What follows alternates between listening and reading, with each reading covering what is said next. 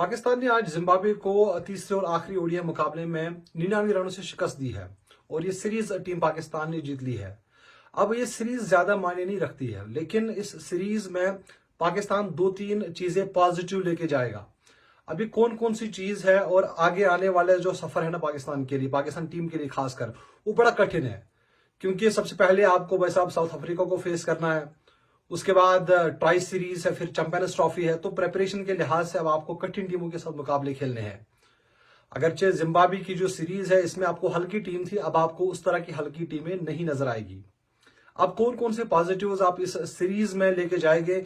सबसे पहले फखर जमा का वापस आना और सैम अयूब, जो इन्होंने इस सीरीज में इनिंग्स खेली है, खासकर जो दूसरे ओडीआई में उन्होंने 100 बनाई और आज भी अच्छे मतलब स्ट्राइक रेट के साथ वो रन्स बना रहे थे। तो भाई साहब ये आप कंफर्म मान लीजिए कि सैम अयूब और फखर जमा ही आपका ओपनर होना चाहिए, चाहे साउथ अफ्रीका की सीरीज हो या उसके बाद चैंपियंस ट्रॉफी हो। वो इसलिए क्योंकि जो दुनियाई क्रिकेट है ना, जो बाकी क्रिकेट प्लेइंग नेशंस है, अगर मतलब 50 ओवर फॉर्मेट आप खेल रहे हैं तो भाई साहब कहीं पर भी अगर बैटिंग फ्रेंडली कंडीशन है वो आपको टारगेट देंगे 400।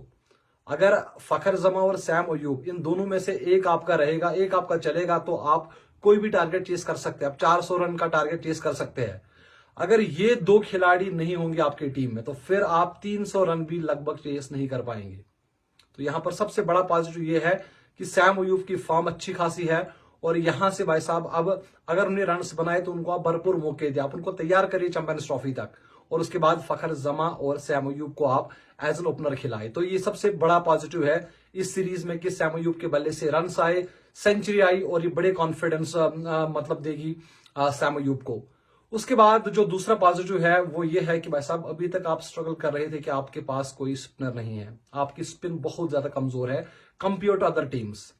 अब आपके पास इस वक्त 2 स्पिनर्स है, एक आपका फैसल अकरम है, उसके बाद अबरार अहमद है। अगरचे दोनों ने डेब्यू किया है और दोनों का डेब्यू बड़ा शानदार रहा है। फैसल अकरम ने दूसरे मैच में बड़ी अच्छी बॉलिंग की थी, आज भी हालांकि उनको एक और पे रन्स पड़े थे, लेकिन अगर ओवरऑल देखेंगे तो फैसल अकरम की भी जो परफॉर्मेंस थी गेंद के साथ वो बड़ी अच्छी थी। और अबरार अहमद आज भी 2 विकेट, उससे पहले भी 4 विकेट। एनीवेज ये एक कमजोर टीम थी और यही परफॉर्मेंस आपको रिपीट करनी पड़ेगी साउथ अफ्रीका के खिलाफ। और पीसीबी को चाहिए कि भाई साहब फिलहाल जो आपके प्लान्स है या जो ये दोनों बॉलर्स है इनको आप साथ में लेके जाइए, इनके साथ ही अब आप अगली सीरीज खेलिए, तब जाके इनको कॉन्फिडेंस आएगा। और फिर अगर चैंपियंस ट्रॉफी में आपको वैसा स्पिनर्स की जरूरत पड़ेगी तो यही 2 स्पिनर्स आपके पास होंगे। एनीवेज आपके पास और भी ऑप्शन है, आपके पास अरफात महनाज है, आपके पास सुफियान मुकीम है। तो यही जो 2-3 स्पिनर्स आपके पास है, आपको अपने प्लान्स बनाने पड़ेंगे और इन्हीं स्पिनर्स के साथ अब आपको रहना पड़ेगा। तो ये दूसरा पॉजिटिव है। उसके बाद मिडिल ऑर्डर में भी एक आधा पॉजिटिव है, वो ये है कि कमरान गुलाम के बल्ले से रन्स आए हैं और कमरान गुलाम को वैसा बड़ा कॉन्स्टेंट रहना पड़ेगा, क्योंकि इससे पहले भी उन्होंने सेंचुरी बनाई थी, उसके बाद वो लगातार उनको फेलियर्स मिले थे ऑस्ट्रेलिया में खासकर।